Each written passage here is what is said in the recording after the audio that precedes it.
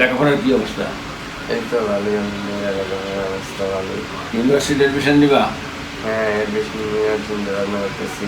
আবার হচ্ছে গিয়া আইএলটিএস ট্রেনিং করতেছি, ইংলিশের আইএলটিএস ট্রেনিং করার পরে আমার মানে ওই দেশের বাইরে ইউনিভার্সিটিতে অ্যাডমিশন নেওয়ার ইচ্ছা আছে। ওরে বাবা, এই দেশের বাইরের কথা বললে আমার কলেজের মধ্যে কোন চাপ মারে, ছেলেমেয়েরা বিদেশে গেলে তোরা দেশের কথা মনে থাকে না। এই জন্যই দেশে থেকে লেখাপড়া করলে লেখাপড়া হয় অনেক করে না।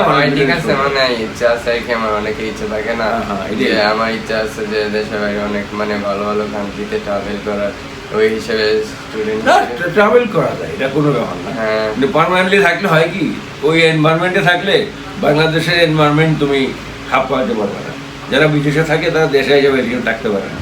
হ্যাঁ, এই জন্য ওইটাই আর কি। মানে আমি যদি স্টুডেন্ট হিসেবে যাই তাহলে আমি চাইলে মানে বছরে বছরে আসতে পারবো, আর যদি চাই আমি একবারে পার্মানেন্টলি মানে পড়ালেখা শেষ করে চলে আসতে পারবো।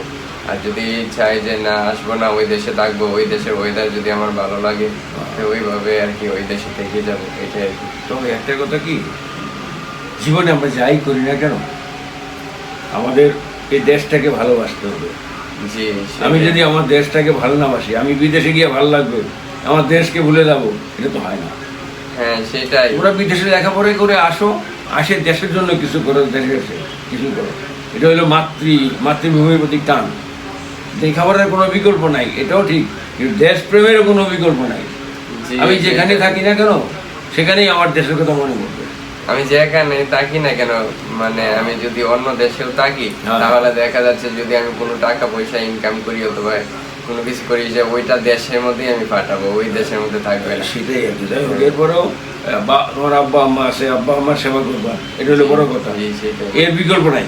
বাপ মায়ের সেবা মানে আল্লাহ খুশি হয়ে যায়। হ্যাঁ, পাশাপাশি দেশের সেবা। যাই কিছু করো, বিদেশে যাও, লেখাপড়া শিখে আবার দেশে আসো, দেশে আসে তোমার বুদ্ধি এবং বিবেক এবং শিক্ষাকে দেশের কাজে লাগাও, তাহলে দেশ উন্নত হবে।